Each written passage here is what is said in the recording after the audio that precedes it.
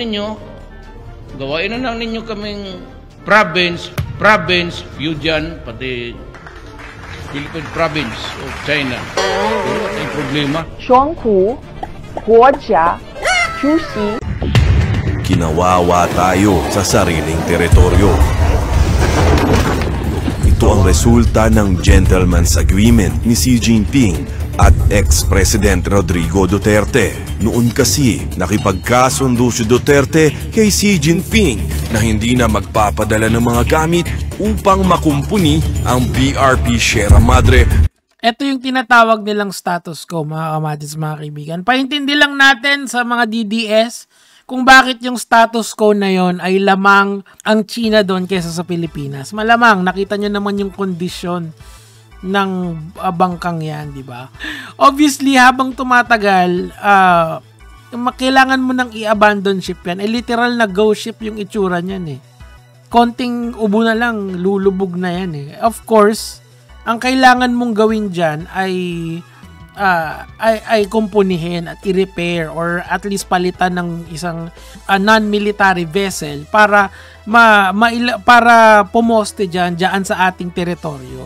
Okay, kung status quo lang, papadala mo ng pagkain yung mga tao dyan, eventually they have to abandon their post, di ba?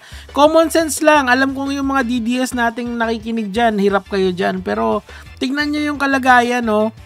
Kaya natin pinaglalaban yan. Diyos ko, tuloy natin. Na nasa Ayungin Shoal. Ito'y oral sa panahon ni Presidente Duterte ay rerespetuhin ang status quo. Ibig sabihin, kung ano yung naroon na, walang dagdag, walang bawa.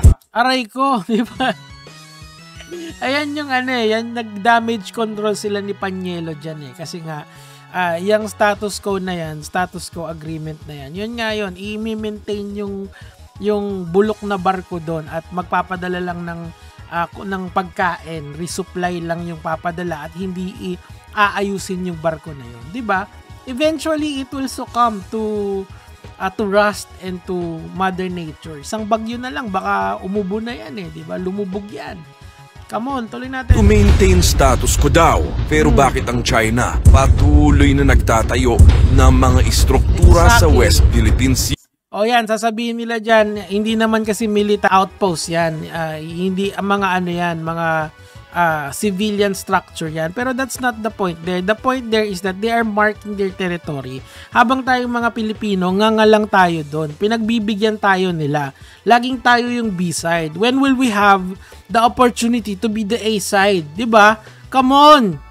Mga Pilipino, gumising-gising na kayo. Tuloy natin. Habang ang nag-iisa nating outpost, hahayaan na lang ni Diyos ko, parang ghost ship na lang talaga. Oh. Duterte na mabulok upang maging masaya ang kanyang amo si Xi Jinping. File sila ng kaso, nanalo tayo. Ayan, yung sa yung napanalo natin sa tribunal. Panalo tayo dyan. Tingnan mo yung sasabihin itong matandang to. Ilang papel lang yan. Itatapon ko yan sa waste basket. Ngayon, binomba ng Ayan yung mga resupply ship natin. Technically kasi, yung pagbobomba kasi, hindi yan act of aggression. But come on, hindi ba ganyan na rin yung niyan? Hindi niya ganyan yung resulta niyan?